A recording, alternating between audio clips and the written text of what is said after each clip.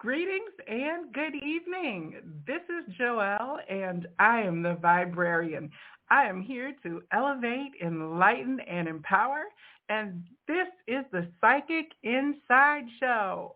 I am so excited because this is one of my favorite things to do. I get to talk with people who have had the most fascinating journeys uncovering their psychic gifts and abilities. Now, I believe that everyone is psychic and you just may not realize it. So when we have these guests on, it is with the main goal of helping you to hear something that maybe will spark a feeling of recognition or a common experience that you might have so that you can understand where you have been operating in your psychic gifts and abilities too. I'm here every Tuesday on the Viberarian Radio Network, which is hosted on Blog Talk Radio. This also goes out on all of the podcasting distributing channels. So I'm in iTunes, Audible, Google Play podcast, and you can also catch the replays on the Viberary YouTube channel. Now that's Viberary, and the E is all about the energy that is being brought into this space and the connections that I am creating through the community I like to call the Good Vibe Tribe. You can connect on social media at the Viberarian. I'm on Facebook, Instagram, of course, YouTube. And all of my guests who come on, you're going to have an opportunity to connect with as well. So, again, this is super exciting. I've got 40 interviews already if you want to check out the stories that have been shared so far. And tonight is the first episode of the 2023 season, and I could not be more delighted, really, than I am right now for my first guest. A lot of times when I'm bringing people on, I don't necessarily know them personally, or I only know a little bit. So it's really great because then I get to ask all kinds of, probing questions, which as a librarian really makes my little old heart happy. But tonight's guest, I have had the beautiful experience of sitting in circle with her on a couple of occasions as 2022 was winding down. So my guest this evening is Sandy Beauford Muhammad, and she is known as the spiritual physician. She's a native of Atlanta, but she's got some stamps in her geography and passport, if you will, and has been in lots of places collecting her experiences in her life. So I'm very excited this evening to welcome you, Sandy. Thank you for joining me for the Psychic Inside Show.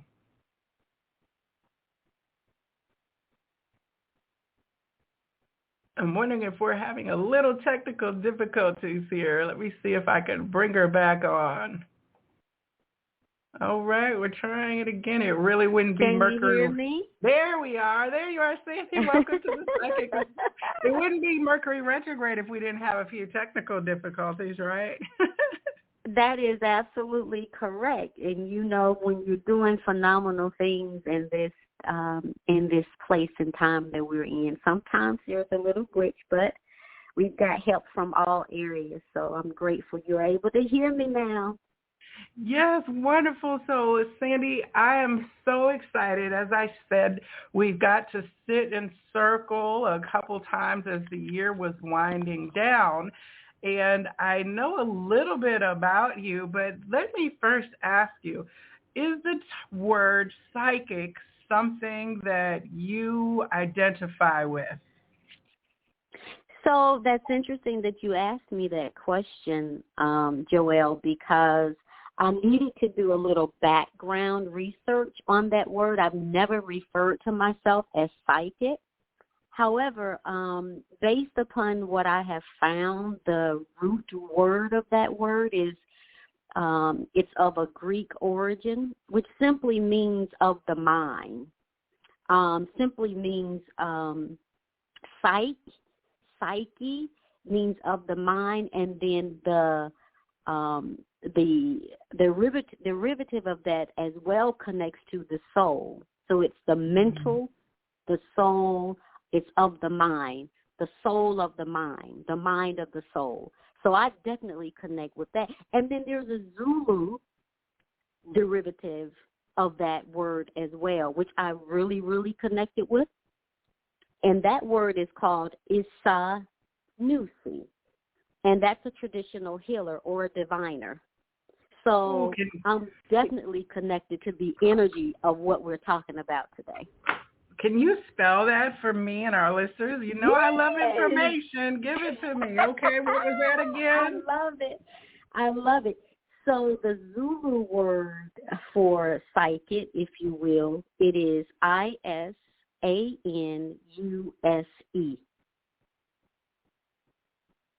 And it's a traditional healer or diviner. Oh, I love that. I love that you're outside of the Greek kind of language that we've learned in terms of like the archetype of psyche and all of that. So that's really wonderful.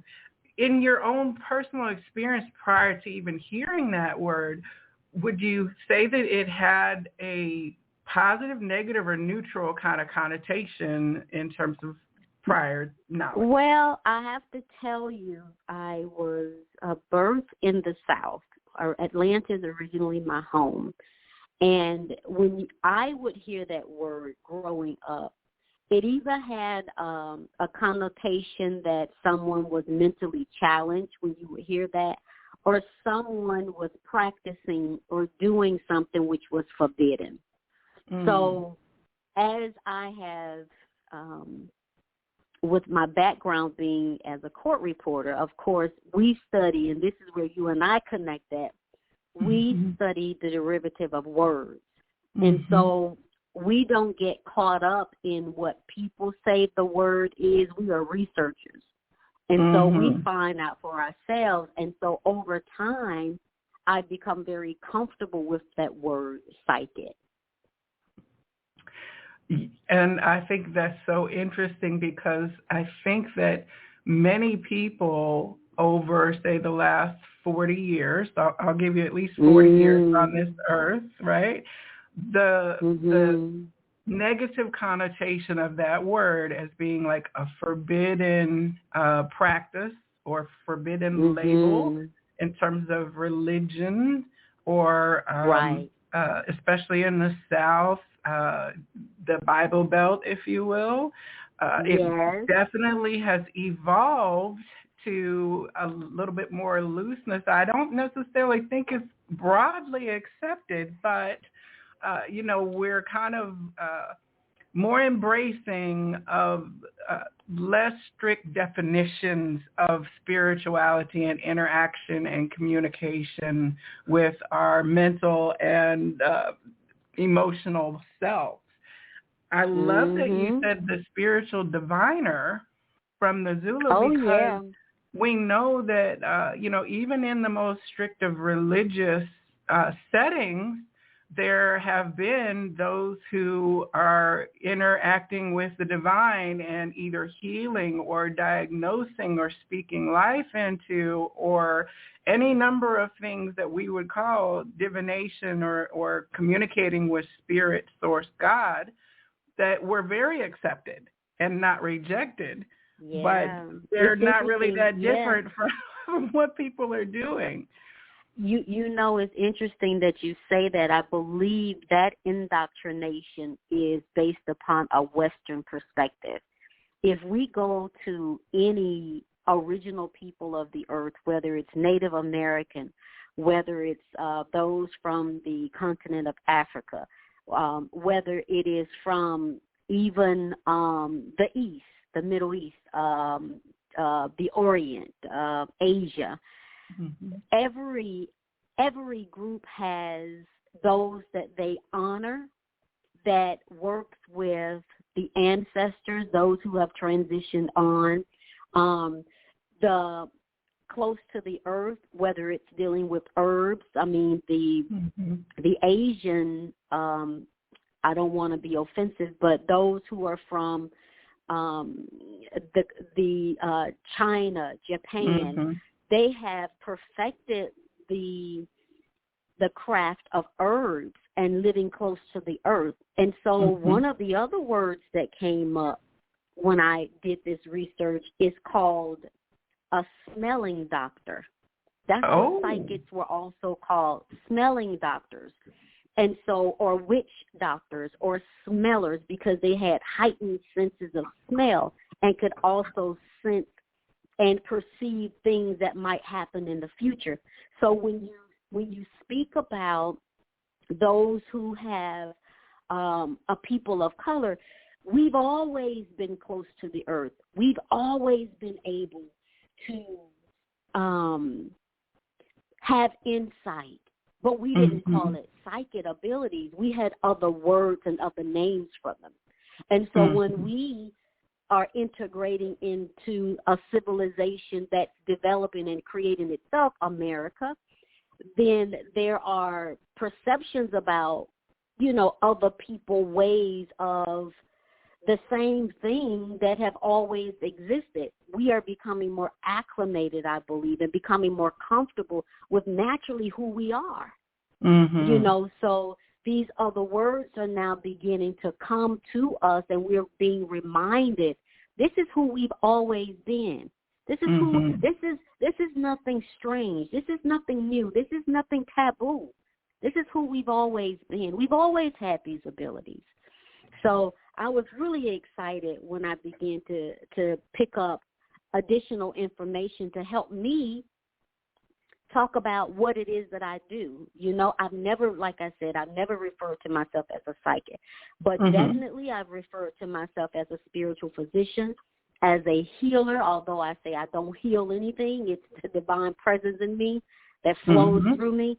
So I've always referred to what a psychic does and is historically. I've just never used that terminology. So thank you for using that word and for us being able to explore it more. Well, thank you for speaking to my little researcher's heart with expanding my knowledge as well. I mean, of course, we knew we had that common kind of vibe with our information-centric perspectives. Now, yes.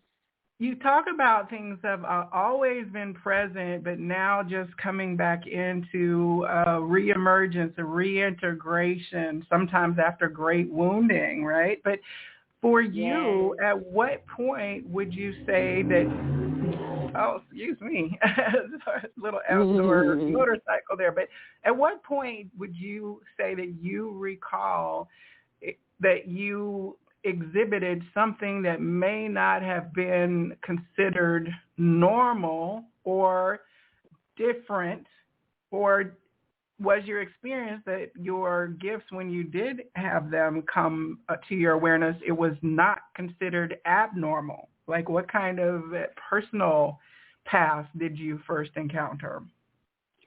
Well, I have to say with my mother, because my brothers, I have two brothers, and they used to say to my mother that she must be a witch, because she would say to them, if you don't stop X, Y, and Z, then X, Y, and Z is going to happen to you, right?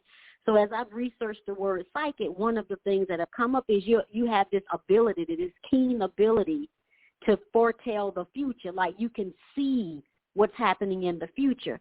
And so I have to say that I probably got it from my mother, who probably got it from her mother and her mother's mother's mothers, and so forth and so on. But that I would say would be the first integration of my awareness of someone being able to see, being able to tell the future based on present actions, right? So I, as a little girl, I used to have visions. Like, I loved being outside, and growing up in Atlanta, the night sky was beautiful. And I would lie in my driveway and just look up at the stars and just be mesmerized by the stars. And I can't recall anyone ever teaching me astronomy or talking to me about the stars or anything, but I was always so fascinated with the stars. And then the falling stars, we were taught that you make a wish because there's a falling star, right? Make a wish. So I can recall like just fantasizing about worlds and other places, like what are the possibilities.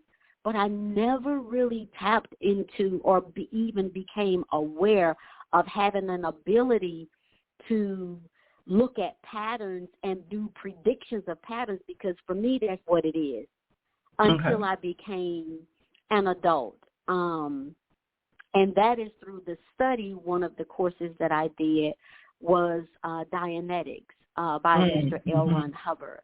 And I'm not a Scientologist, but the Honorable Minister Farrakhan asked us to do this study because we could help more people through traumatic experiences in their lives. And so I began that study.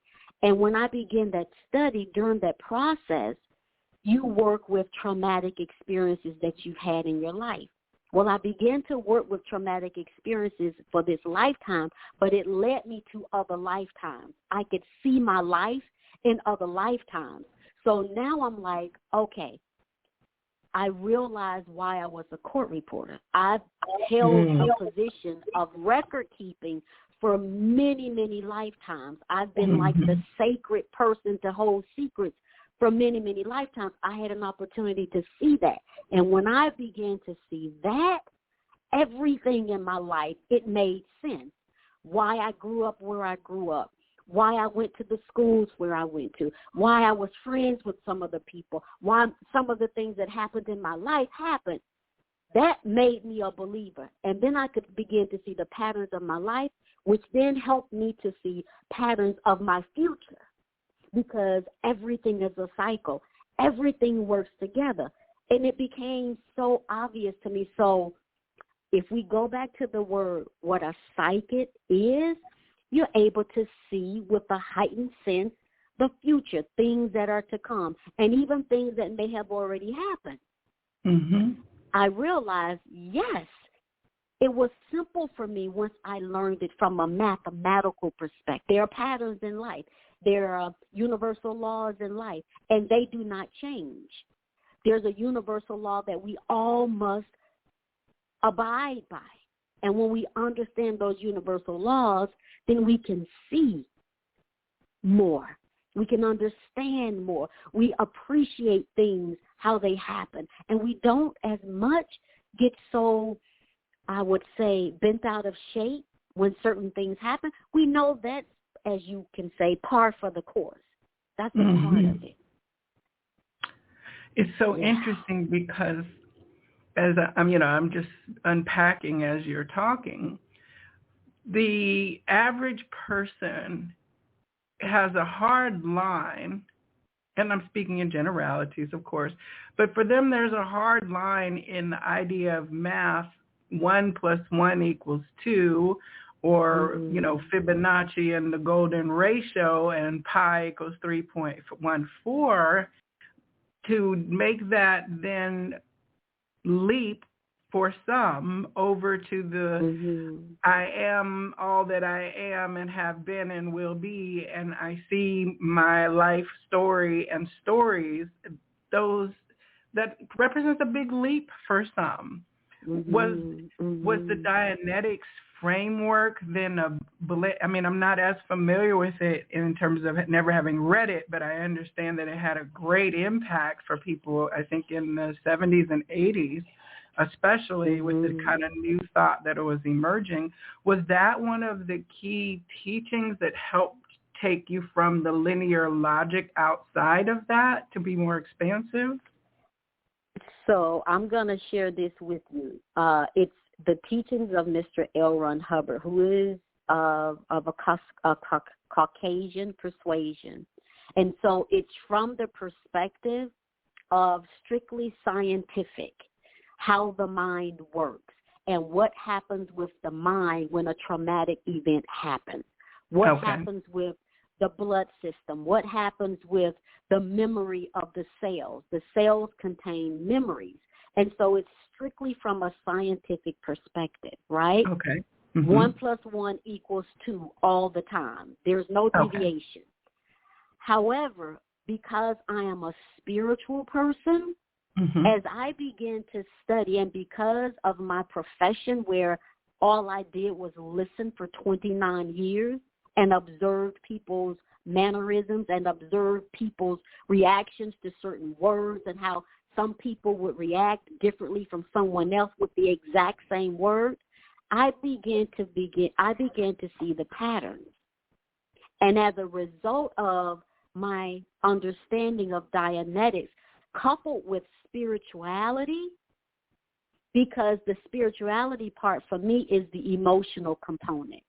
The emotional component and the ability to just say I am, like I can be whatever it is that I choose to be, no matter what my experiences in life might have been. So for me, there is a scientific portion, and then there's a spiritual portion for me, which defies logic for me. Yes. So it was through that coupling that I was able to truly grasp how we can move through easily by just studying ourselves, not even necessarily trying to study anybody else outside of us, just looking at our own personal life patterns. There's another thing I'd like to bring in since we're talking about patterns, if I may. There's a process that I do that's called family mapping. It is from, I give honor to Credo Mutwa, C-R-E-D-O, Mutwa, M-U-T-W-A. He was a Zulu priest, and he was taught from a young age the history of his tribe. That is one of the responsibilities that he had from a child. And so as he matriculated through life, he became more and more proficient with understanding the patterns, here we go again, that the ancestors, the patterns that they led, the patterns that they created to create who he is and was at the point that he was. So he had a complete genealogy, track record, history of his tribe for hundreds of years. So now, getting to patterns. So this process, this process that he taught a gentleman who visited and studied with him, he brought this process, which is called family constellation, to America. I call my process family mapping because it's specifically a map of who you are.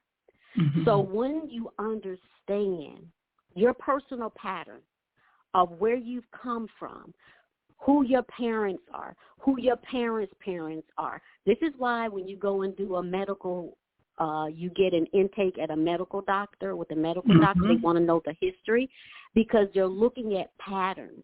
It's not that genetically we will have a disease because our foreparents or grandparents or parents had a disease. Most often we have the same diet that our parents and grandparents have, which predisposes us to the certain type of diseases that we might have. But when we can see our pattern, then we can shift in that pattern, in that knowingness, and do something different. And you don't have to even believe that this is true. If you just try getting up in the morning and do one little thing differently, your entire day is going to shift and be differently. So that's what I begin to understand, studying myself. And it's not, very technical when we study ourselves. It doesn't have to be. It can be very simple, starting simple. And then that will help us to shift into our own ability, as you can say, to be psychic for our own lives. Yes, Thank I'm you just so much thinking. for allowing me to share. No, that. I'm just this awesome because I heard know thyself, Tahuti or Thoth, however you want to refer to the energy, but also I hear the intersectionality of how, like L. Ron Hubbard, as you said, was very hard science. And then you're talking about soft spirituality. And then we have the emergence now of a term that more people are familiar with, which is epigenetics, which kind of arose to prominence when they were looking at the trauma-formed behaviors of children and grandchildren of people who were involved in the Jewish Holocaust. And so it was the soft side of the emotional manifestation of something that was not experienced by that self, that when they began to study it, now you can look at other trauma, like the slavery Holocaust of 400 years. You can look at the colonialist Holocaust of thousands of years, and what patterns were formed as a cellular response, not just to the environmental conditions, but the emotional and family context conditions. Very sciencey, but very emotional, because we're talking about mental health and well-being, as well as body health and patterns and well-being. And it's all kind of coming forward now in a very blended way, and more people are able to get healing because of this and unlock mysteries of things. Like, if you know you got high cholesterol, yes, you can be genetically exposed to it, but if everybody in your family eats the same way, there's that two components. And I do know that the pharmaceutical companies know, because they market that and they say, well, this drug helps you if you have this kind of particular expression of high cholesterol. But for those of you who have the other kind of expression, we've got a drug for that too. You know? So the spiritual world and the emotional world is a little behind the money side of the solution paradigm that's coming forward. Yes, it's interesting. Thank you for bringing that aspect in, with reference to the confirmation that indeed what a person has gone through can definitely dictate how they express themselves when they show up in whatever environment that they are presenting in. As you were talking, my mind went to biblical, and in many of the books of the Bible, of the Quran, of the Torah, of these sacred texts that we as a people refer to and live by, we always refer to something of a higher awareness than ourselves, right? That there is some type of moving energy that's more aware, more brilliant, more wise, more, more expansive in understanding than us mere mortals, I'll say, right? And so as I was listening to you, my mind went to, what if we don't necessarily definitely acknowledge and know what biogenetics are, however, not stop there. Like, allow that to be a way through to who we believe we truly are. And if we cannot stop there and continue to move through who we believe we truly are, then the truth of the matter is, we not only have DNA of our physical ancestors, we might as well have DNA of a spiritual nature. And so, because if we can follow that thought process, then that would mean that we were something before we came into this physical body. So we only are looking at a very small segment or a very small part of who we are. So let's look at what's the possibility that we are something or someone before we come into this physical being. As we are talking about this biogenetics and as we are talking about trauma experience, if in fact it's a possibility that we are something else before we come into this physical being, then whatever that something else is coming through to experience this physical being.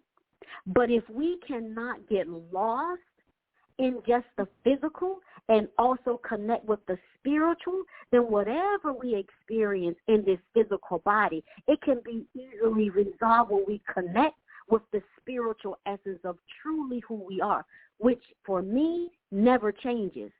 Just like I am a mother, I am a wife, I am an aunt, I am a sister, I'm a cousin, I'm all of those things.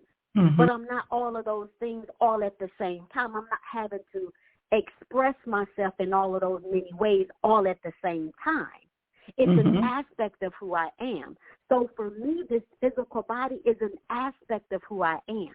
And how I live my life as first a spiritual being. So if I live my life first as a spiritual being, then no matter what I go through in this physical life, I can say this is an aspect of who I am.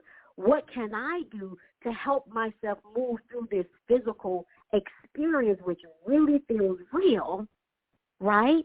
Mm-hmm. But experience it from the perspective of who I truly am. So that is what helps me to get through all of the intricate nuances of this physical existence. I still have to be in this physical body. I still have to do what I came here to do, but I do it from the perspective as a living, spiritual, breathing being, if that makes sense. Absolutely, it does.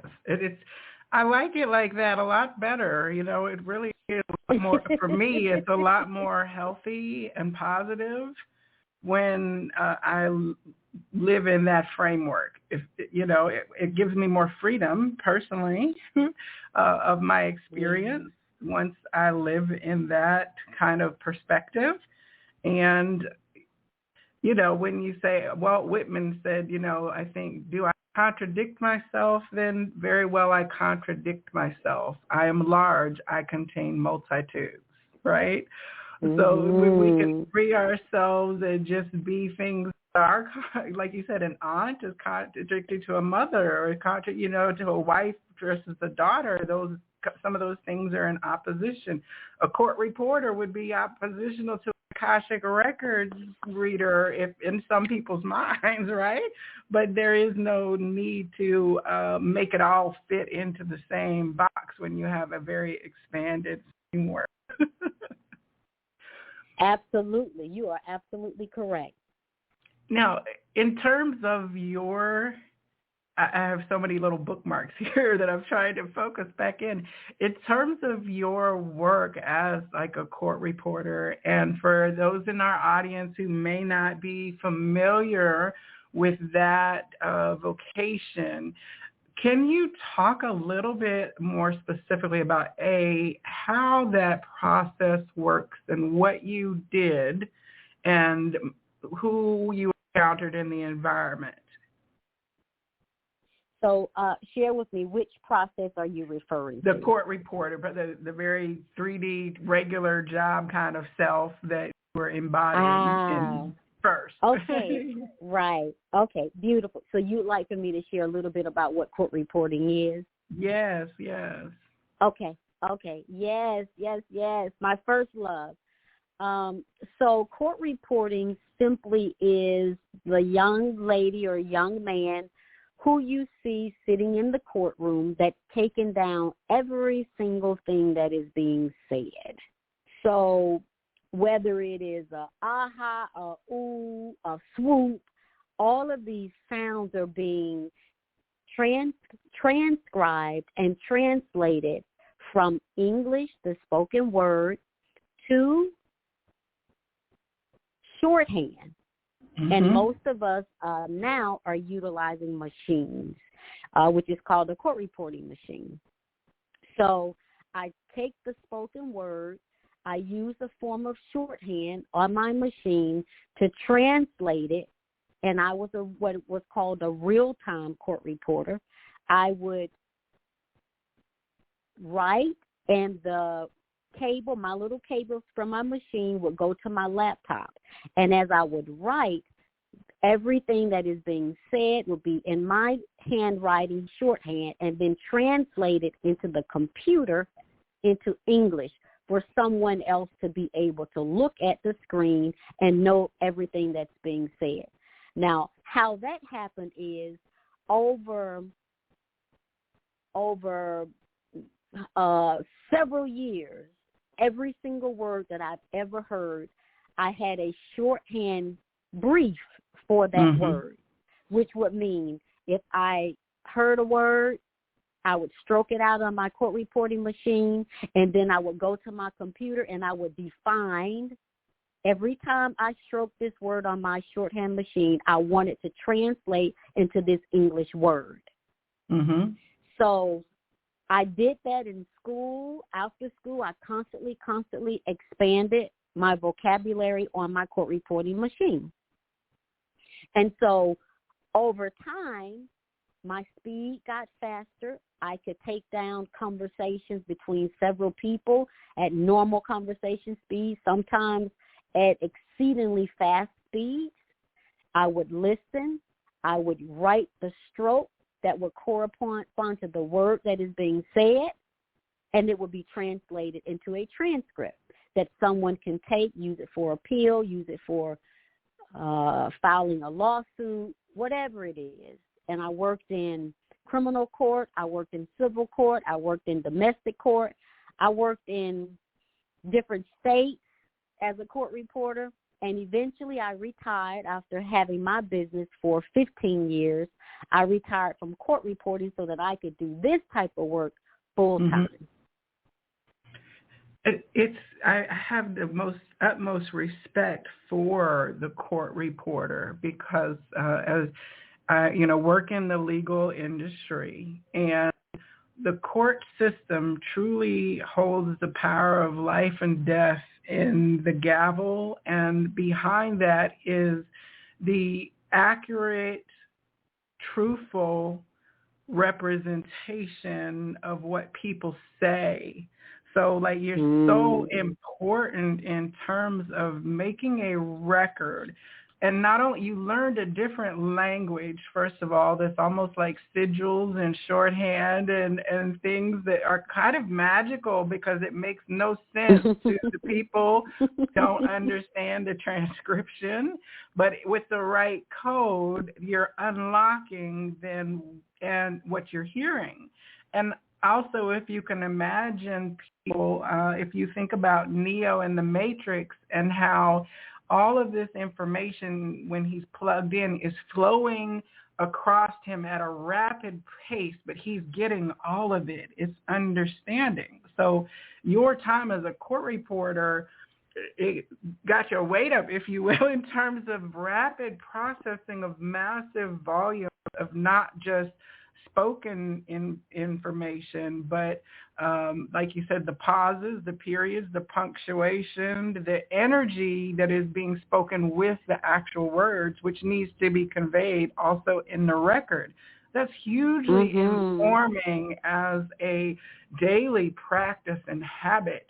I would expect that now you still also hear with your court reporter ears a lot of things and are still processing quite a lot of information through your mental space at a level. It is, yes, indeed. It's I love talking about court reporting. That as I said, my first love. And as I talk about it, and as you speak about the process, there are many things that I have for a long time taken for granted.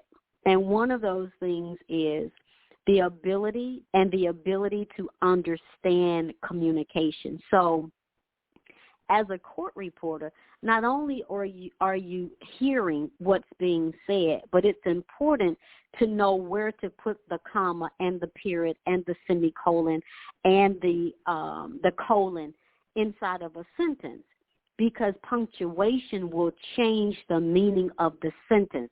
And when someone reads it at a later time, if punctuation is not appropriate for how it was expressed at that moment in time, you will get a completely different impression of what was said. So that is one of the things that I have often not even thought about, but it's very important. How we communicate is very important. And I always say, if you or I am a person that have difficulty communicating with people, whether it's verbally, whether it's emotionally, whether it's physically, what's happening is the way that we communicate is not the way that the person who's receiving the communication from us understands. I hope that's clear. Mm-hmm. So I can be communicating with you, but if I'm not aware of how you understand, then my communication with you will always be flawed. You will say something to me, and I'll always misunderstand it, or I'll always have a different interpretation upon what it is that you're saying to me. So it's important for us, and I learned this through court reporting, because attorneys would ask witnesses all the time a question, and the witness will give them an answer that they were not asking for. They were asking another question. And so when we are communicating and we have a thought in our mind, sometimes all we're concerned about is getting to the point that we need to get to. But if we're not considerate after we've had an interaction with someone, how they communicate, we will never get the answer that we're seeking because we don't have the right question. The right question is not formulated, and that leads back to psychic. How does that lead back to psychic ability? Because I can be having a conversation with you, or you can be expressing something to me, and if I'm not able to tap into the emotional, spiritual essence of what you're saying, I will miss everything. If I take it literally, especially this English language. This English language is very difficult for those who are not having the English language as a first language. If I am not familiar with intonations, with usage of words, if I'm not familiar with that, then when someone is communicating with me, I will completely misunderstand what is being said. So that taps into, now we all have a psychic ability because we are understanding this communication with the language which is not native to us, most of us. So that is one of the things that I found in being a court reporter. It's important to be able to effectively communicate the way that a person understands. And that way they can communicate back to us what it is that we are asking them, or what it is that we are attempting to elicit from them, or what it is that we're trying to understand, So that was so profound, an awareness that I received as a court reporter, the ability to effectively communicate. It's so very important. Like what you're saying is so important.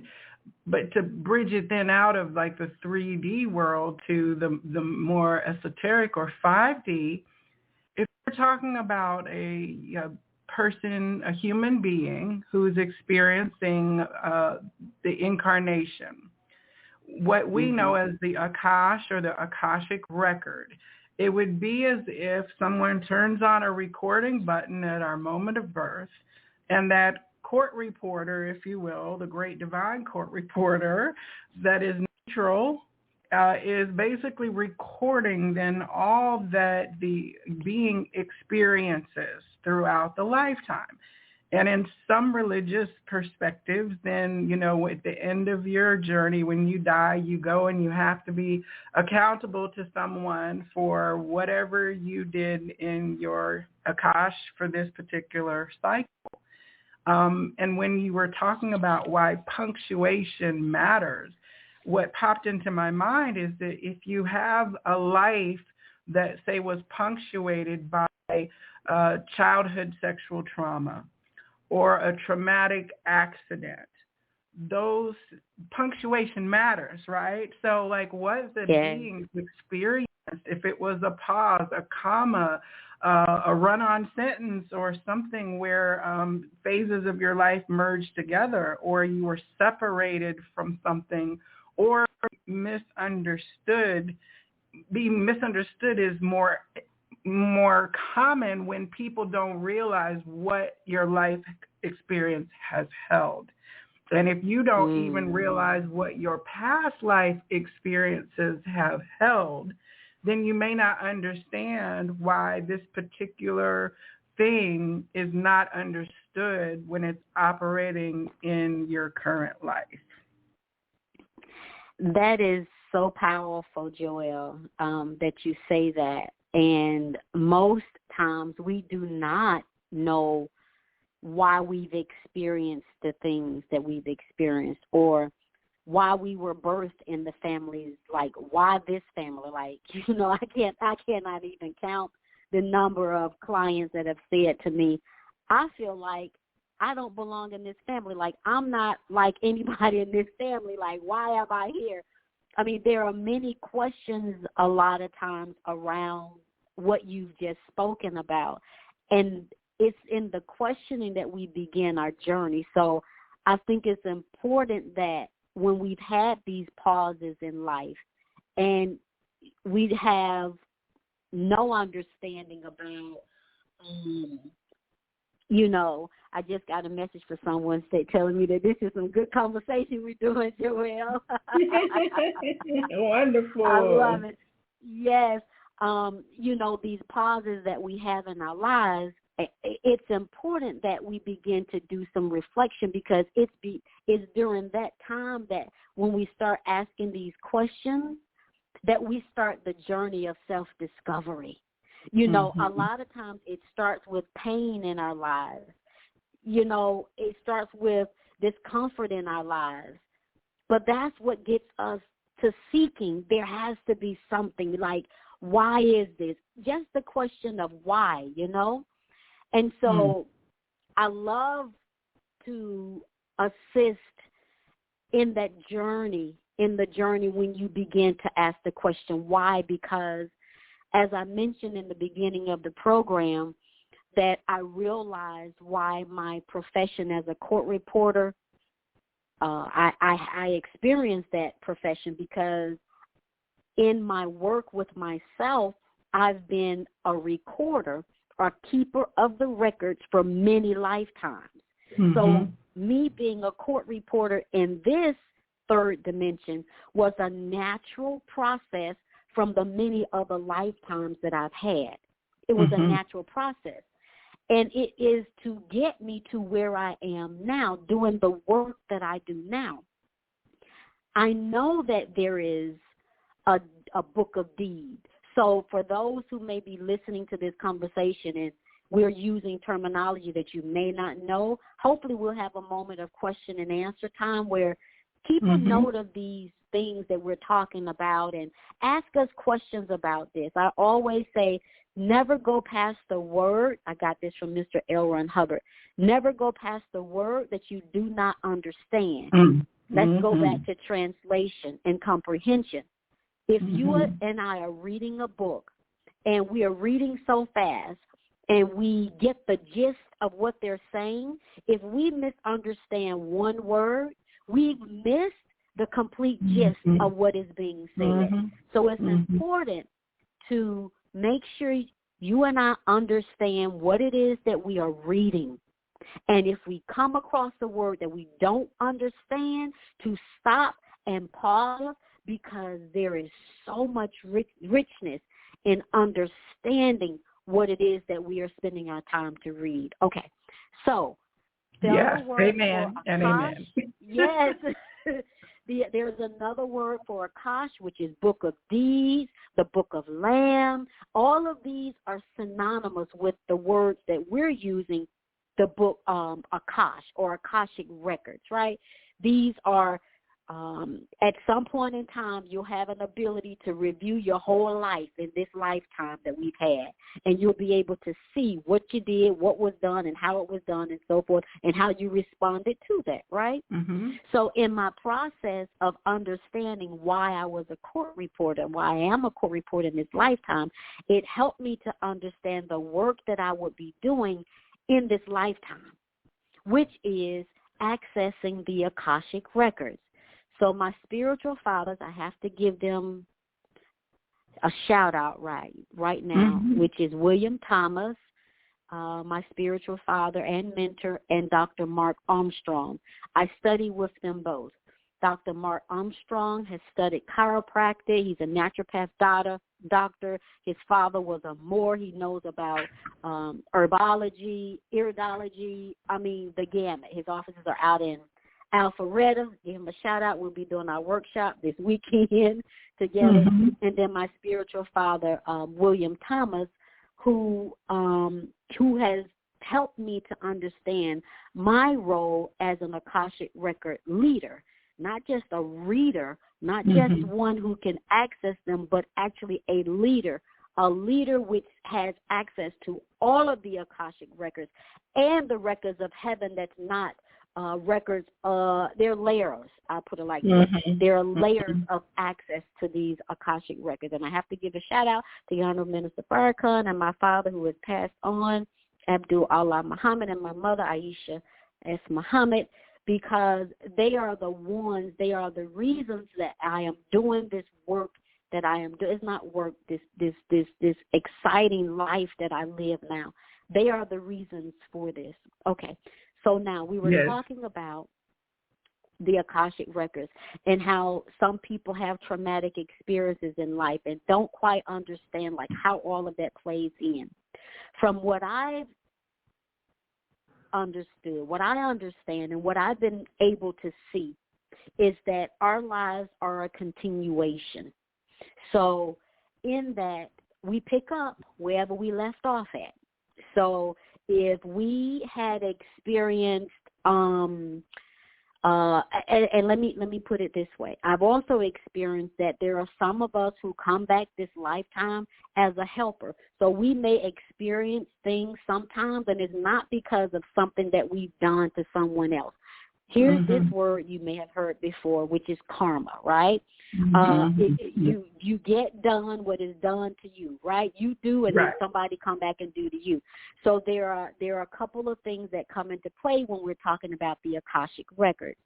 So there are some of us who are living our lives on a continuum. That continuum says the previous lifetime there were lessons that you had to learn. And in the process of learning those lessons, you go back, get recycled, so to speak. I'm speeding along here without going into a whole lot of detail. But you go back, you get recycled, you get placed back into this next dimension or wherever it is that you need to work out some things that you might not have gotten the last time you were here. Okay?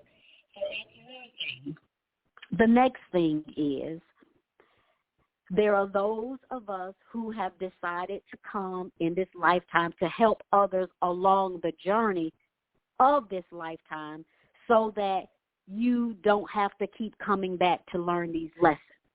So there are two, and then there are more. There are angels, what we call angels. There are those who are ascended masters. There are so many different levels of people that have come to help us along this journey. Now, with reference to traumatic experiences, the traumatic in my life and my personal experience, every traumatic experience that I have ever had, and I have had a few, has happened to me to teach me something, to show me something, to share something with someone else, to have compassion for something that I would not have had I not had that experience. Now, I have to say this to you. That has come along as an evolution. When I experienced what I experienced, I did not have this mindset. I have to be honest with you. This is not the mindset. There was a fleshy aspect of me that said, oh, no, I'm going to get you. Oh, no, you're not going to do X, Y, and Z to this person or these people. Oh, no, you're not. Over time of working and studying and praying and meditating and meeting phenomenal people like you, Joelle, having phenomenal conversations like this, have I come to the realization that it's useless to stay in a vicious cycle of I'm going to get you, you're going to get me back. And we keep going this, as I call it, this Mexican standoff. No. So as I have decided, there was a point in time that I decided I no longer wish to have this back and forth. At that point that I decided, and I didn't quite know what was going to happen when I decided, I will be honest with that too, but what the result was, I began to live my life on purpose, not triggered by what has already happened. I began to choose my life and what I desire, what I wish, what I write out, script out, envision, see, whatever you want to call it. I began to live my life like that, not attached to what has already happened. Okay, that's an immense amount of work. I was saying that that's a huge amount of work, right? Like that's an active exercise, if you will, that's constant because it's like you have to maintain your stasis or your perspective in a polarity environment that is kind of programmed to destabilize that. You would think that. You really would think that if you have not started along the journey. A lot of us think that way. But what I have discovered is this. I can spend 15 minutes thinking sad about I call them opportunities. Some people call them problems. I can spend 15 minutes on my problem, my opportunity to grow, or I can spend 15 minutes doing things that bring me joy and allow whatever that is to work itself out or present an opportunity for me to work it out. Me sitting, thinking about it, pondering about it, wallowing in it, it brings me no joy. It brings me no excitement. It brings me no prosperity. It brings me no attributes of moving beyond that space. So for me, honestly, it takes more work for me to stay stuck than it does for me to be who I naturally am, which is a free spiritual being. Remember we talked about in the very beginning, who are we? Are we 99% physical and 1% spiritual? Mm-hmm. Are we 50% physical, 50% spiritual? Like when you can really ask the self questions and then test yourself out. Mm-hmm. Do test with yourself. This is where the answer is. If I believe that I am more, even if it's 51% spiritual and then 49% physical, then what I'm going to do is I'm going to spend 51% of my time thinking like a spiritual being. Mm-hmm. And then if I can do that, then my physical wellness will begin to improve.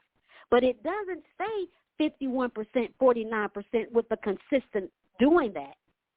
The physical aspect of being bogged down by problems, opportunities to grow, becomes less and less. That's a universal law. You cannot stay in the same place that you are doing something different. You cannot. So I encourage all of us, even if it's 51%, operate as if it's already done. And then the 49%, you go back into that state of pull me. But then 51% of the time, operate as if already done. And what you begin to do is you begin to activate the God within you. And what happens is that momentum helps to take care of the 49%, which begins to gradually decrease 48%, 47%, 46%, 45%. And then the spiritual being becomes more empowered. So it's not where you're going to have to keep doing the same thing over and over and over, and it's going to stay the same. No, that's not a universal law. The universal law says the more you put in of this, the more you're going to get of this. Yes. Yeah. The image of Ma'at and light as a feather came through as you were talking about, like freeing yourself, right? And the lightness of the heart versus the heaviness of the experience, for one. And I also had to giggle. Some of my, it looks like we lost the call. We'll have to have her, sure she's dialing right back.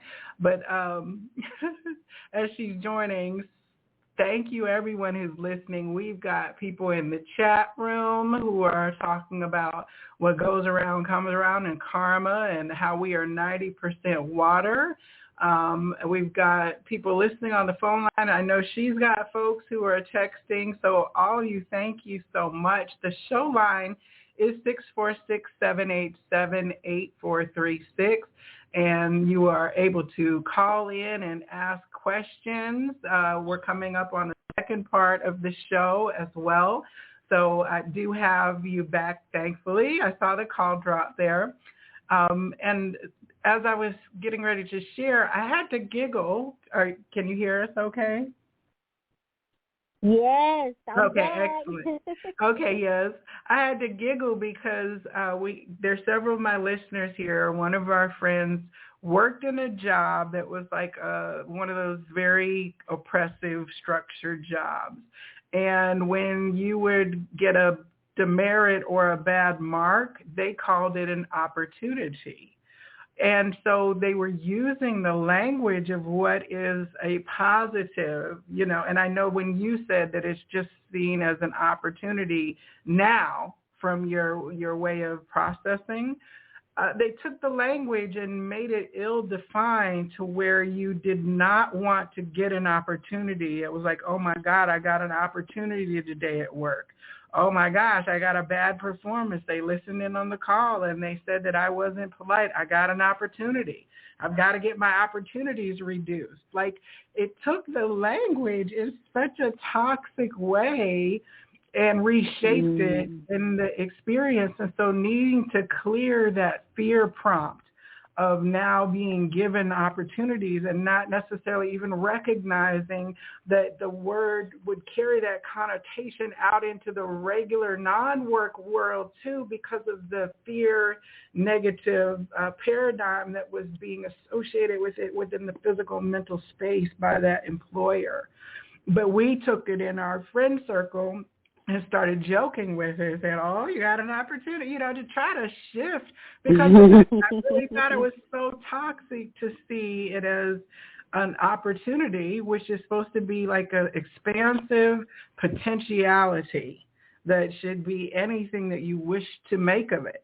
And I get the sense that that's what you say, that your trials and your challenges are just opportunities. You're like, well, what am I going to make of it? I'm going to make the most expansive and positive recollection or integration of it, right? Going forward, I refuse to be stuck into a paradigm where I'm using it as a negative shaping tool rather than a positive one. I guess that would be what I would say. So there again, we talked about this English language, right? And it's one of the most difficult languages to learn simply because we actually redefine words over time based upon its usage. And let me say that again. The word eager and the word anxious used to mean something completely different than what they mean now. They've been transposed. And so in dictionaries, you can look at a dictionary, and I learned this from my father. You can look at a dictionary from 100 years ago, look up a word. That's the exact same word today. And then look in a dictionary today for that exact same word, and you'll get two completely different meanings of words. And so one of the things that I like to do is, remember we talked about never go past the word that you don't understand? I love looking at etymology of words. Yes. Because when the words were first first placed being used, it had a specific meaning. And then there are those who don't understand the definition of words and transpose them to mean something else. Now, we're talking about words, but there is a whole history of not just words. There have been circumstances that have happened in history that have been transposed to look like something else than what it actually is, which is why I love Credo Mutua, which is why I love the African, our heritage, because it does not get transposed. When they learn the history, which is why it's important for us to teach our children the history, our history. Because once it's written down by someone else, it can be written whatever they want it to be. And then that becomes the new history. So what I loved about Credo Mutua is he knew their history. It was ingrained in his mind, and so the history was passed along by the words. We always say words have power, right? Words have power. When we know our history by heart, it does not matter what is placed in a book, and we are carrying that history along by word to our children and our children's children and our children. It cannot be changed. But when we have writings, when we take and we only commit to what is in a written form, then that can easily be changed. So the word opportunity, as if we look that word up now in the dictionary, it means something completely different than what you just shared with me, that someone used in an employment scenario.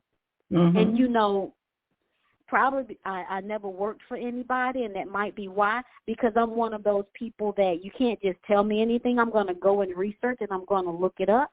And so if that word had been used with me, I would have had to politely correct them. Like, if you're going to write me up, this word that you're using is not the appropriate word for this. So I'm going to scratch that word out on my paperwork. You can use it with everybody else.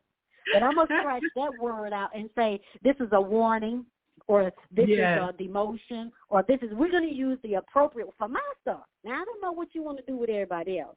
Yes. But I'm not going to get things, you're not going to twist things for me. Right. Yeah, but that happens. That happens. That definitely happens. We just have to be vigilant even with ourselves and not get caught up in knowing something is pink and somebody convinced us that it's purple today. It was pink yesterday, but we changed it to purple. Yeah, you know, so. Just sharing some comments from the chat room. We have Be Wise as Serpents, who's been following along, and he says definitions create definitions with PHOENICIANS. I thought that words are my sword. I thought that was very impacting. And also that, thank you for sharing that. Warriors acknowledge our pain, however, we do not indulge in it, was also a quote that was shared as well. Now, in your practice with people, like coming back to the oral tradition and the knowledge of family that you were talking about with Credo Mutwa, and the indigenous tend to work through the oral passing of knowledge, wisdom, and story. And so when we talked at the beginning about returning, kind of reintegrating to the original way of being versus the evolution of belief and things, when you sit down with, hey, how does your Akashic awareness come through? Like if I come and I have a session with you, what does that look like? So the first thing we do is I would like to have a brief conversation with you to first ask, why are you here? Like, what is it that you believe I can do to assist you? And a lot of times, most people have come to me by someone telling them to come and visit me because they believe there is something that I offer that could be beneficial to them. And then once we do that, I incorporate not just the spiritual aspect of what I do. I actually have technology that I utilize to scan the body. And I can do that remotely, and I can do it in person. So I'm not only just working with the spiritual aspect of who you are, whatever the challenge you might have. I also want to look at what's happening. However, whatever that is you're experiencing, how is that impacting you physically? So I got to give a shout out to my girl Nikki right about now. Oh my God, Nikki, I love you, Nikki. With let me get her name. And she's in the chat book. Please, she's going to be on here next week. I love you, sweetheart. She and I switched places. She allowed me to humbly come in today, and she can take next week. But she has this technology that actually allows you to see your aura. And you see your aura, and you can see what happens when you think about certain things that might have happened to you. Your aura will expand. It may constrict. So there is technology that I utilize to see what's happening with your physical body, what's happening with your energy centers or chakras, what's happening with your meridians, what's happening with your organs. So I always like to do an assessment before I start working with anybody. And then after I do the initial conversation with you, after I do the assessment with the technology that I utilize, then we can have a conversation and, okay, what is it that you believe is happening with your body or what's happening with you mentally? So I work with you mentally, have technology that works with you mentally. I do a process that's a mind management work that I do with you mentally. Then I also work with you spiritually, emotionally, and physically. So I do an assessment first. You give me feedback on what you believe is happening. I look at the technology that I have to correlate that to what you're saying, and then we come up with a plan of action. If it's something then I offer that. If it's something that I believe someone else may be able to work with you better, then I will refer you to someone else. So that's initially how we work. Once you come in and we have a conversation, what I've discovered is most people need someone to listen to them.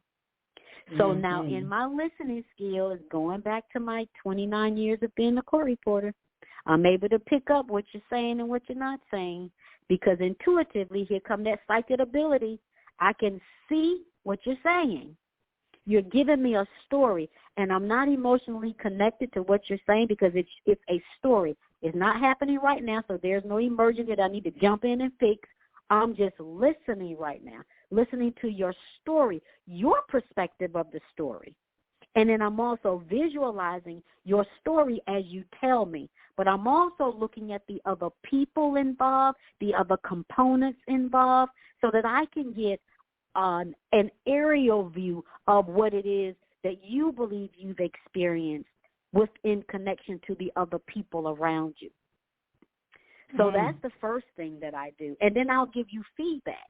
Because of my profession as a court reporter, one of the things that I learned being in that field is it's not as important to be able to fix somebody or be able to tell somebody what they need to do as it is having the right question. And I have the ability, by God's grace and mercy, to ask you questions to help you get to your own resolution. Because it's not about me telling you what you need to do or telling you what happened in your life is wrong or telling you. It is your self-awareness, which builds your own energy within your physical body to create the momentum for you to what you need to do to get beyond whatever it is that you're presenting with. So I'm a person of questions. I ask questions. So that's kind of like how we operate. Yeah, so that's my favorite thing. Now, are you utilizing the constellation mapping, or is that going to be something as part of the... I have a medicine bag. I've got practical. Oh my God, we utilize many different things, and if I began to tell you all of the many things that I utilize, Joelle, we'll be on this phone for probably another hour or so. But I will tell you this: everything is based upon what it is that you believe that you need, and then I will make a recommendation to you, and I will ask you, will you allow me, based upon all of the many tools that I will share with you that I have at my disposal, will you allow me to choose the one that I believe is most appropriate for you now? And most times people will go, listen, I'm here, just do whatever it is that you need to do. And then I'll go, wonderful. Other people have told them about something that I've done, and they have raving reviews about it, and they specifically come there to do this specific thing. And if that's what they want to do, then that's what we're going to do. So it depends on, and I always say, we move as fast as you're wanting and willing to move, or we can move as slow as you need to move. Because some things are not just, okay, talk about it now and then, okay, I got it and I'm going to go on my business. And some things are not quite that cookie cutter. So that, I hope I've answered and helped you to understand kind of like how we move in a session or in sessions with me. Well, it definitely lets me know that it's not a 20-minute phone call and forecast for the next 30 days. It's not like Nope. the CVS minute clinic, like you would see the minute clinic doctor, like your spiritual Yes. physician that wants to engage in an ongoing healthy dynamic with somebody who's very Yes. invested in their well-being. That's it. And I know I'm not for everybody, but it's so beautiful because most people who I've had a conversation with who maybe was not ready to move, because I always say I will not waste your time, and I ask that you do not waste mine. And so if you're not quite ready right now, it's perfectly okay. It's okay if you're not ready. I will most likely be here. I don't know. Things are moving very fast in my life right now. So my one-on-one sessions, I'm very careful on the clients that I accept in right now. But if it's appropriate for you and it fits with my schedule and my availability, then I'm all for it. I'm going to be available when I say I'm going to be available. I expect you to be available so that we don't waste each other's time. And if you're not at that point in time, at that place in time, it's okay. Maybe you will at another. Maybe there are some things that that you might want to experience, or other people you may want to experience first before you come here. But most times people come back. They're like, I thought about what you said. There are some things that have happened in my life. What you said was right and exact, and I'm ready. I like them. Oh, my God. When you're ready, I'm like, oh, yes, let's do this. Let's go. Yes. No, you're also a teacher, right? So you're instructive. You don't just offer your sessions like in the one-on-one. You facilitate and bring people together for specific works.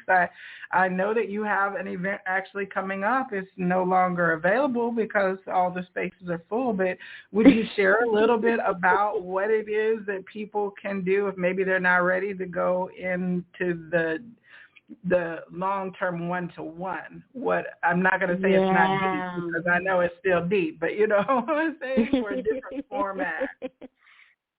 Absolutely. So this weekend we actually have the family mapping constellation scheduled, and that can happen in a group setting in a couple of ways.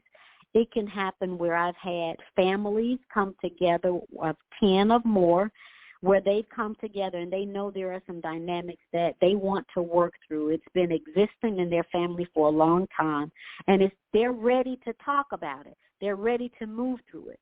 So we have a group session with the family, and we ask one of the individuals who's ready to start the conversation. And then they'll ask the individuals in the room, in that particular group, to play a particular role. So it has happened with families who knew each other, and it also happens in group settings of people who don't know each other.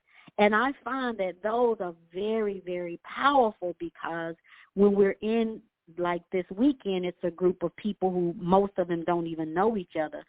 It's very powerful because what I've seen is when one person decides to stand and want to work through something that they've experienced, it could be something that they're seeking answers to in their family.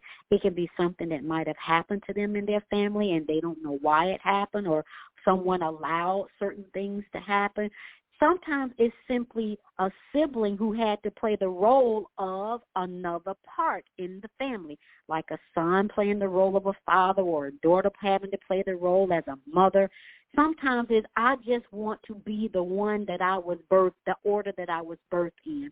And so when we come together in these group settings, the individual will ask someone in the group to play a role, to have an interaction, so that they can see from an objective perspective how this actually played out.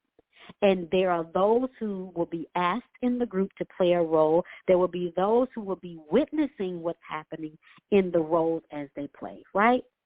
Mm-hmm. But what I've always found out, what I've discovered, and what I've been able to really appreciate is somebody in that room has experienced the exact same thing. Person that has stood up to say, I'll be the one to play my role out. Everybody is interconnected.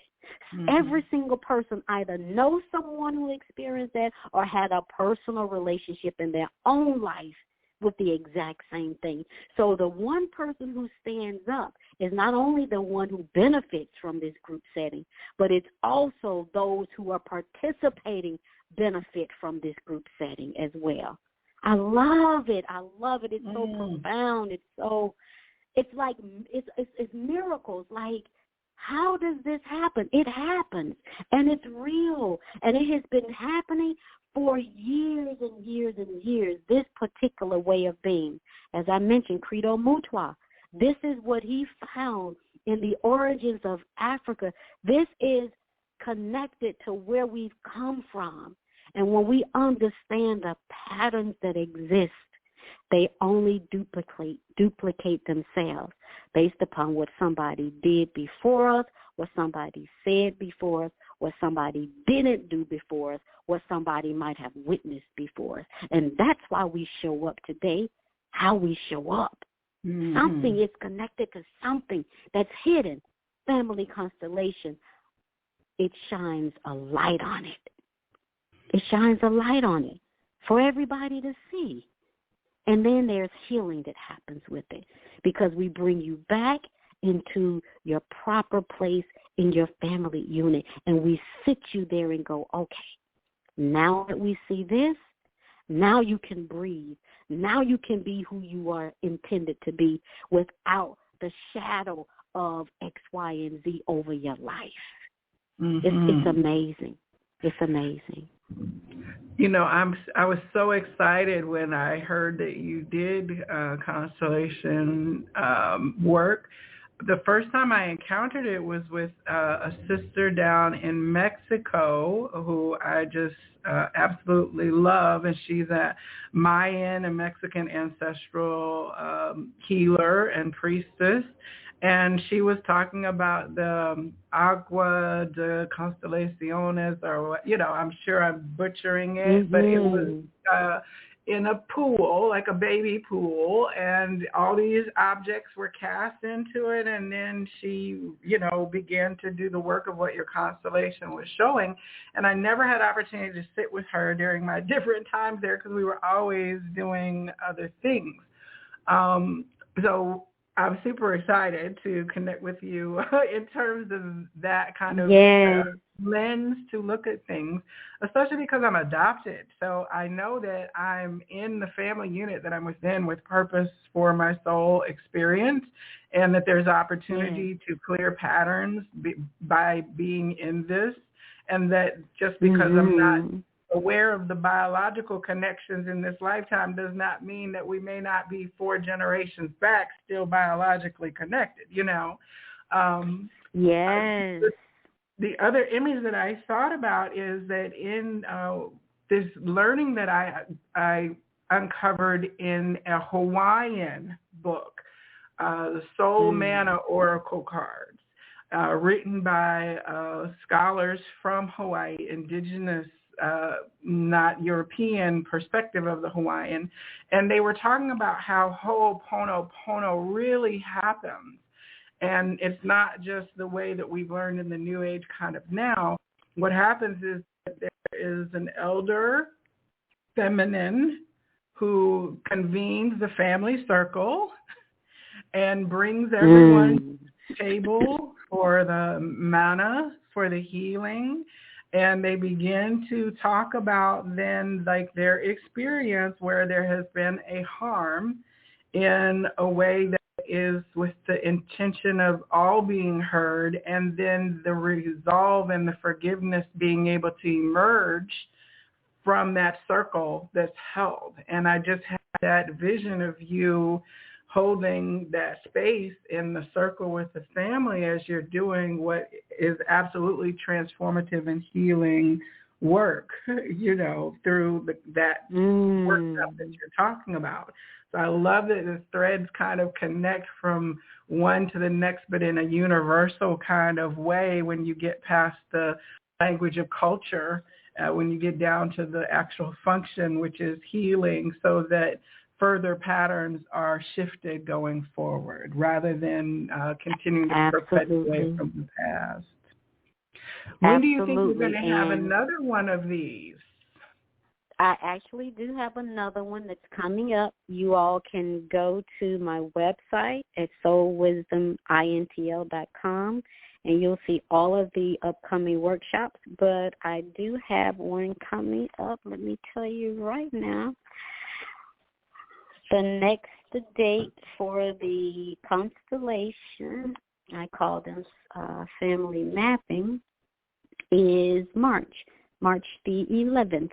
So you can go to the website and you can click on family mapping, and you can go right ahead and register for it. That is in a group setting, but you can also do a one-on-one session with me if you are not quite ready to have an open conversation with those in a group setting. You can also do, which you were referring to, Joelle, a family mapping with one-on-one, and I utilize crystals and any and everything else in the room that you want to represent someone in your family. It's amazing how, an individual would choose something huge to represent one person, choose something almost like you cannot even see it to represent someone else.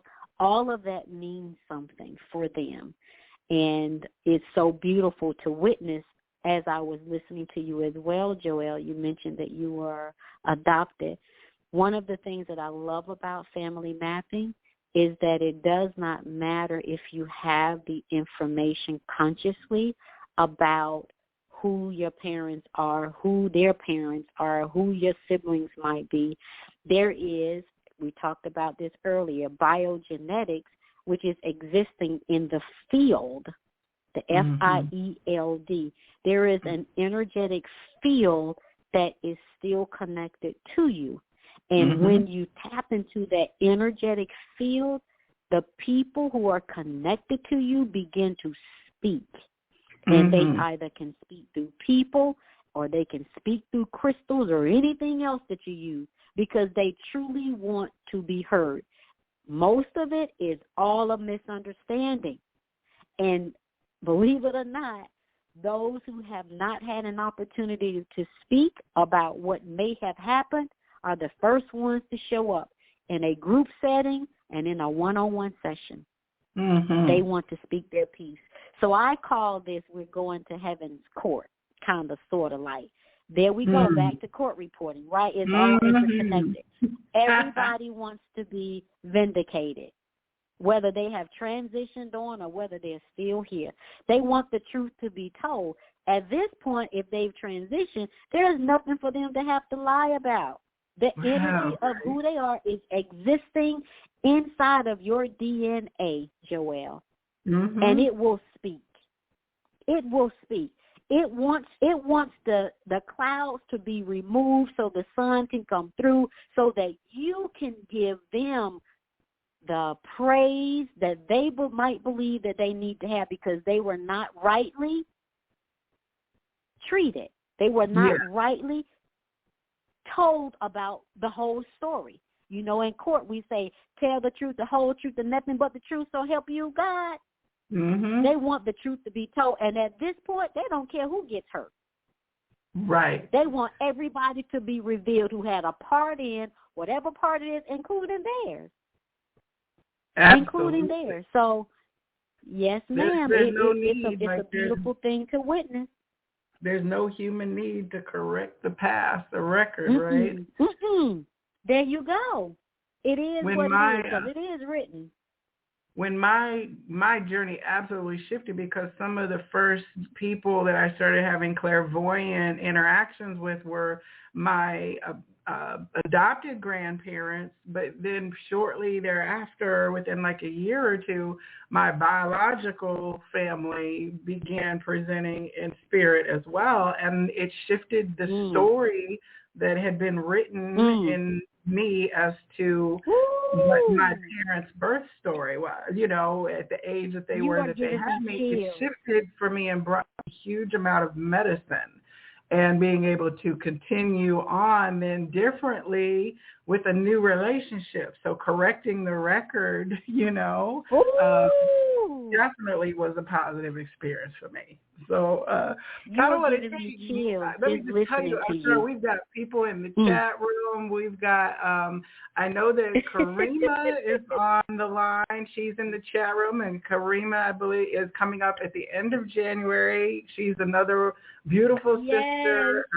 Nikki with Beautiful Soul is coming up next week. We've got somebody who does want to ask a question in just a moment, but let me get your website and the ways that people can contact you out before we get into this last segment. Absolutely, Joelle. This has been so phenomenal. The website is soulwisdomintl.com. That's www.soulwisdomintl.com. And you can go there and see all of the phenomenal workshops that are coming up, the classes that I teach. I have a women's retreat that is coming up in Puerto Rico come July. I'm excited about that. This will be our 3-year anniversary of having our retreat. You can go to my social media, which is Soul Wisdom INTL on Instagram. You can go to Soul Wisdom on Facebook. You can even go to my personal page, Sandy Beauford Muhammad, on Facebook. Those are all of the places. You can reach out to me if you want to send me a text or touch bases with me. You can reach out to me via phone as well. You want me to give that to Joelle? Yeah, whatever business line, any way you're open to being connected. Okay. Mm-hmm. Yes. So you can reach out to me at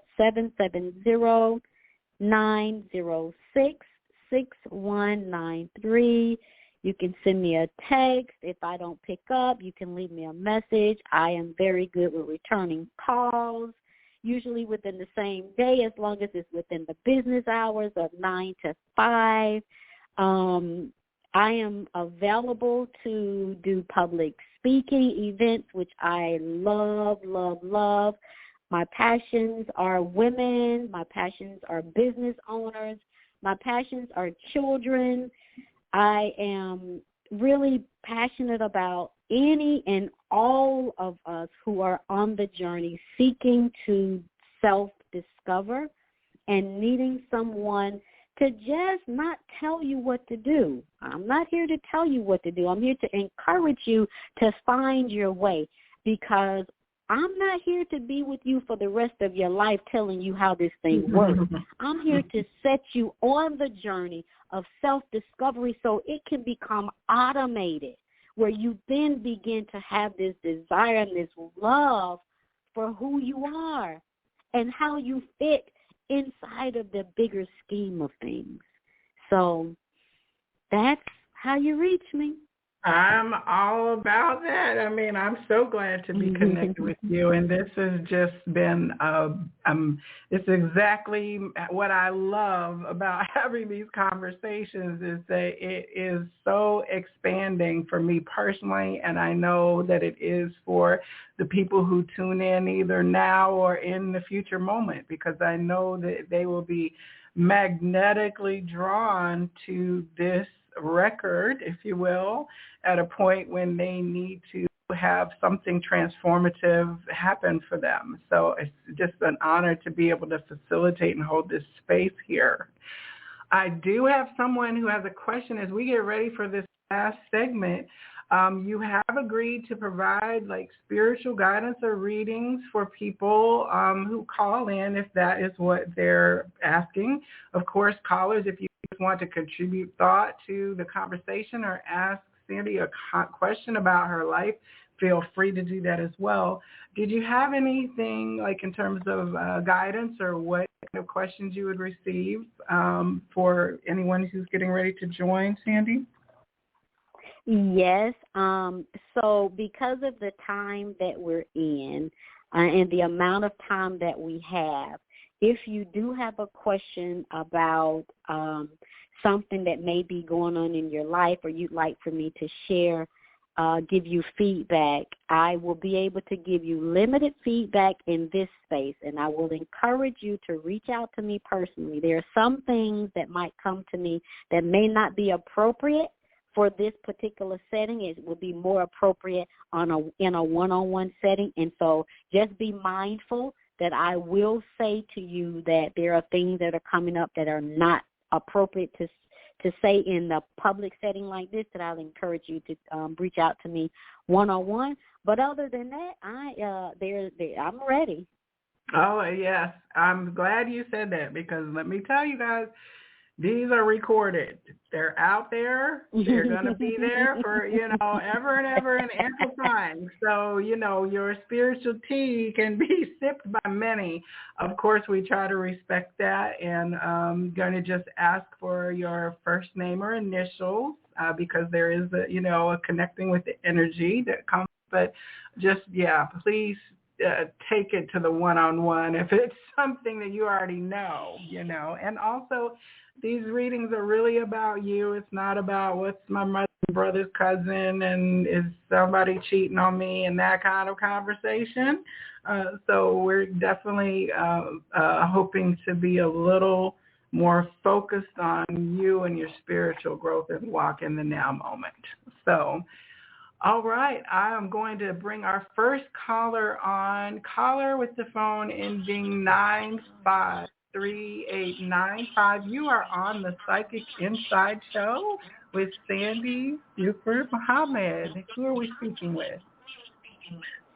Oh, wow. It's Kathy. I didn't think I was going to be first. I wanted to see how the questions were going first. Let's see. She says generic. Can you tell me? I'm trying to do. I had an interview last week. Do you see me getting the offer? Okay, so beloved Kathy, I am happy that you are the first caller on here, and you're going to be the one that's going to help everybody else to understand how this works. So that's why I was so just like, I didn't want to be first because I didn't understand totally. No. So it seems like I did on top of that. Someone must be first. It is perfectly okay. It is perfectly okay. So one of the things that I always like to ask first is when you think about the job or the opportunity that you are looking to be involved in, is this your first love? Yes. What I do. This is yes. your first love. Okay, it is what you do. If you were not paid to do this thing, would you be okay with it? Yes. You would be okay to work for this company and not necessarily be paid for what it is that you're going to be doing? Yes. Okay, very good. Have you ever worked with this company before? No, I haven't. Okay, good. How long has it been that you've been doing this thing that you've interviewed for? 20 plus years. 20 plus years? Mhm. Okay, beautiful. Now, are you in a place that you can stand up at? Yes, ma'am. Are you in a position where you can stand? Okay. Yes, all right, good. So okay, wonderful. I want you to do something for me, if you don't mind. Okay, you can put us on speaker because you're not going to have to speak for about a few seconds. Okay, so you can put us on speaker. Okay. And what I want you to do is this: I want you to stand straight up with your arms to your side, and I want you to close your eyes. Okay. Now I want you to say to yourself, "Show me my yes," and observe what happens with your body.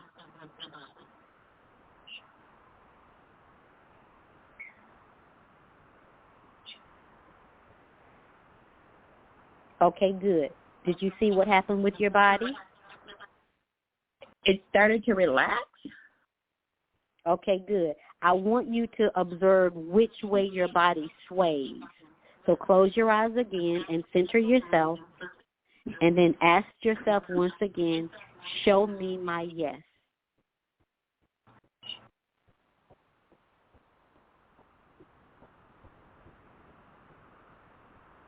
Slightly to the right. Beautiful, beautiful. Okay, now relax once again. And then say, show me my no. Show me my what? My no. No. You're asking your body to show you your no. N-O.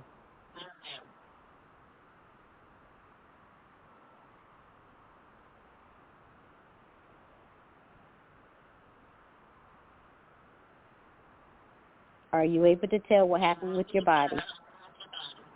It's moving slightly forward. Okay, good. Okay, very good. All right, so now what I want you to do is I want you to stand, and I want you to relax for me, okay? Okay. And I want you to repeat after me. After I say this, I want you to repeat it to yourself silently, okay? Okay. Okay. The question that I want you to say is this. Is this job that I interviewed for in my highest and best good?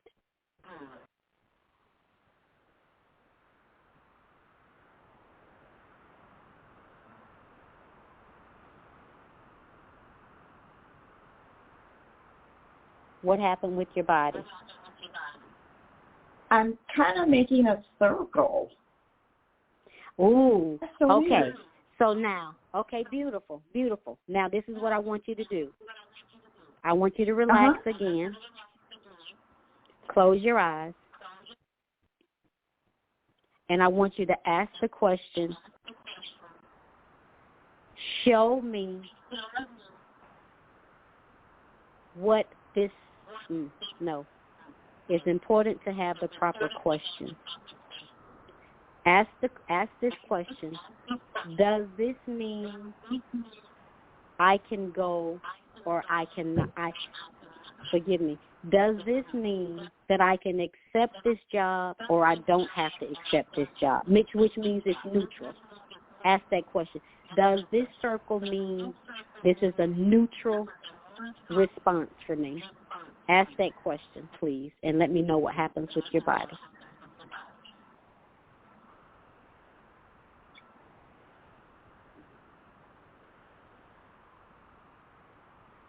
Nothing. I move it, not at all. Nothing happened? Okay, Nope. So I would tell you, for me, what I'm picking up what this means is that you are not in divine alignment with the choice with working with this particular company. When you're in divine alignment, the body is going to send you in the direction that you need to go into. Now you can make a declaration, or you can make you can put out in the universe that you want to work for this particular company, but it wouldn't be for your highest and best good. The circle, for me, what that means is you have not decided on a direct, in a definite direction yet. You haven't decided. It's not the company. It's you. I haven't decided that I want to work for them, or I haven't decided that I like what I do. No, I feel very strongly that you do like what you do. But this particular company would not be for your highest and best good. The reason that I asked you to do this is because you innately know what's best for you on your soul journey. And I want you to be able to tap into your direct knowing and know how to get there. Your body showed you what it means when it's good for you to go in the direction of yes. Your body also showed you what it means when it's good for you to stay away from something. It's important that you remember that. So what that's was what yes I've with gotten my from body? this question. So according to what you said to me, when your body sways to the right, that's a yes for you. Uh-huh.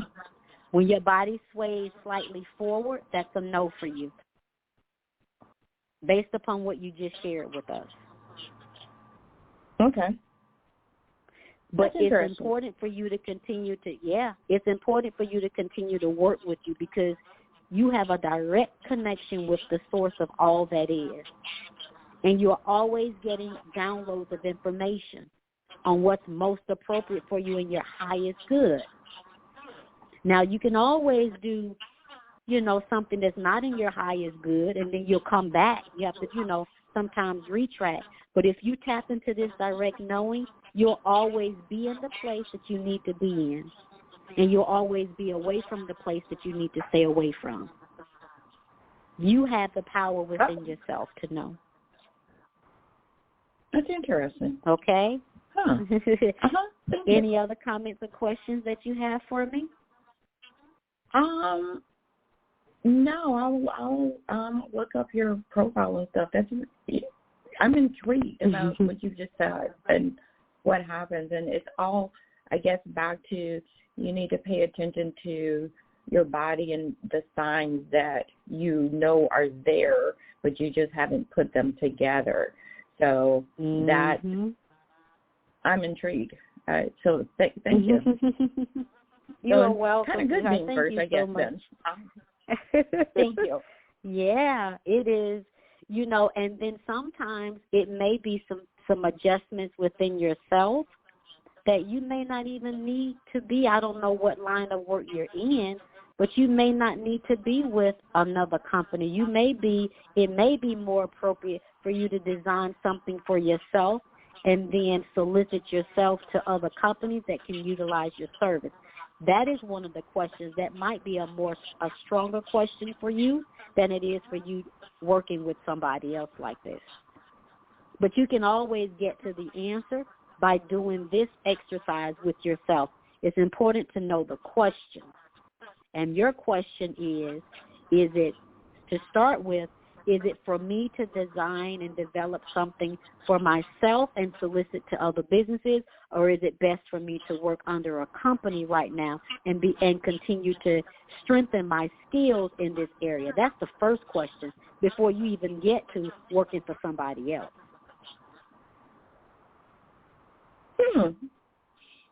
That's interesting. You make a lot of common sense. A lot of common sense. I'm a little speechless, and I'm usually not a little bit speechless.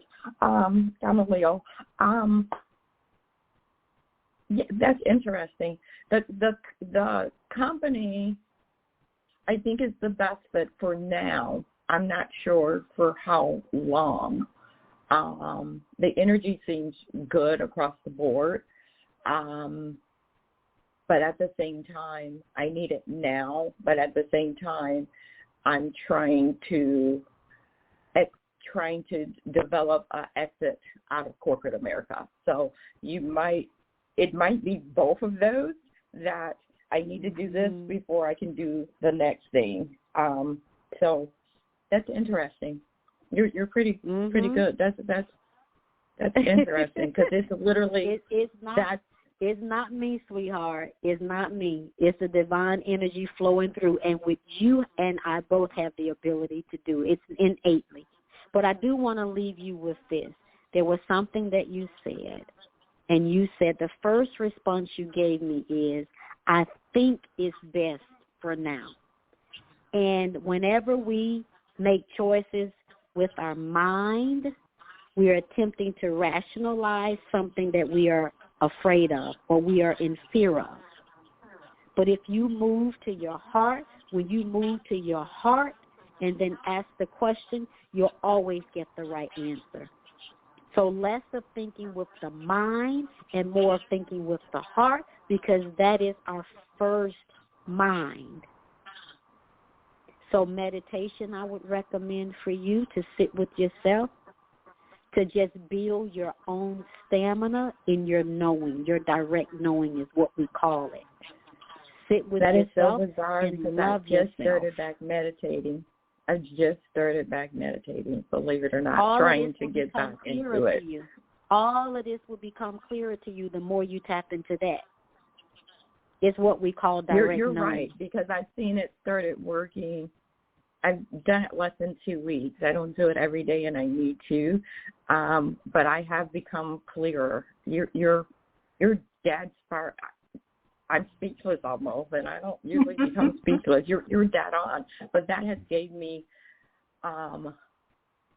you have gave me direction. I need to continue. I need to continue to try to meditate, and it helps me just clear my mind. Helps me just calm down because I'm a true type A person. So you're good. I appreciate your time. Let me say that because I know you have other callers. And I look forward to hearing from you, Kathy. Yes, I see you're around me somewhere, so we might meet sometime soon. Beautiful. Thank you so much for calling in. Thank you. We appreciate you. Thank you, Kathy. I definitely appreciate you coming on, and just to further, I'm just beaming from ear to ear because a few weeks ago, Nikki recommended to me to join her and Karima in reading the Emotion Code, which talks about muscle testing. And so, I kind of dipped into the book a little bit, but it was taking a long time to get to the meat of the matter, and I needed to read faster. So I wound up searching and looking at videos on muscle testing on December 19th. And I've been trying to find my language of yes or no, and to get comfortable and then begin to trust the body truth that those things represent when whatever your tell is. It's like your poker tell, right? What your trick is. Yes, so to have you talk with her immediately about the answer within, it's like message from the universe for me too, just listening, which lets us know that we're all there's a commonality of experience, of question, of journey process that can emerge. And conversations like this are beautiful because they show us ourselves reflected in the external world through another. And to me, that's just very transformative and healing, so thank you for giving me a reading. You're welcome. It's exciting. That's what I love. We are all one. So what one benefits from, we all can benefit from. I am so grateful to be here tremendously. Thank you so much again, Joelle. Well, it's been great. We don't have anyone else who has raised their hand in terms of coming on for a question. We are coming up on the last kind of 5 minutes or so. Is there anything that you would kind of say is if I have to put one thing into your energy, what's my sign off to you or my mission to you going forth? What would you share about yourself and your journey for others to take away? The first thing I want to always say is to be humble and be full of gratitude. I always say to anyone that I'm speaking to, I am first a student. There are many things that I know, but it's more things that I do not know. And so I humble myself to be a student first. Like I mentioned, I have 2 spiritual fathers and mentors at the same time. And people say, how do you do that? It is interesting. I have a tendency to do things very challenging. I am an avid reader and learner. And so I like a lot of information, I guess, coming to me at the same time. That's the best way I can say it. So, truly being humble in presentation, and I pray that I have presented myself in such a way. I get very passionate about talking on these topics and these subjects. However, I want to always come across as very humble and filled with gratitude because there have been many that have poured into me and are consistently pouring into me. The other thing that I would like to say is, there is never a final answer that I have found. Every question that I ask leads me to another answer, and to be patient and kind with yourself. It's always more to know. There's more to learn. Pace yourself. Be kind and gentle to yourself. Study hard, if you want to call it the word study, but explore who you are, who your family is, where you've come from. Do not stay there. Allow that to be the board that you bounce on to excel in all of the other areas of your life. I have come from a family strongly rooted in faith, and that has been my sounding board. And when I say faith, not necessarily faith around a religious perspective, although there is a religion that's connected to my upbringing, but more so it is the belief that I can accomplish what I will. So I share that with you. No matter how bad things get, no matter how difficult things appear, when we close our eyes, all of that truly disappears. We can go to a place of solitude, even just for a moment, even just for a second, and allow our bodies, our cells, to be at peace just for a second. Then open the eyes and ask for strength to continue on and to move on. You do not have to do this by yourself. There are many of us. I am just an example, a sample of the many people who are available, willing, able, and anticipating, waiting the recognition of you. So if you need this type of help, this type of reminder of who you are, reach out to Joelle. Joelle is connected to many, many practitioners, to many, many people. Even her herself is very, very astute. We're going to have an interview of Joelle on the show one day. If she will allow me to come back and to interview her, I would love for her to be able to share, because she's a wealth, yes, a wealth of information. So you don't have to go at this alone.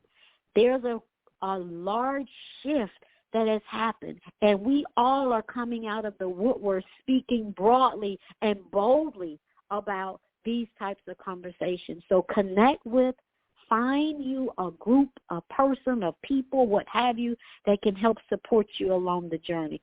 We do not do this by ourselves. We have many who love us, who support us, who encourage us, even in the things that don't sound quite right sometimes. But we have that support. And so I just encourage you, each and every one of you, to continue your journey of self-discovery and stay strong, stay diligent, and stay true to who you are, allowing no one to make you believe you are anything less than a child of the Most High. I love you all, and I appreciate you all. Thank you so much, Joelle. Oh, Sandy, thank you. It's just been a blessing, and I'm grateful for you coming on and the wisdom that you shared, and for a spirit that brought the connection forward for us. Next week on Tuesday, the Psychic Inside Show will be back to take a look behind the veil. My guest is going to be Nikki Nickerson, and she is the phenomenal woman behind Beautiful Soul Aura Photography. And again, another amazing story. I can't wait to hear what her journey brought her. And you can find the schedule on the upcoming shows. I've got guests at this point booked through March. So we're going to be here every week meeting with fascinating people.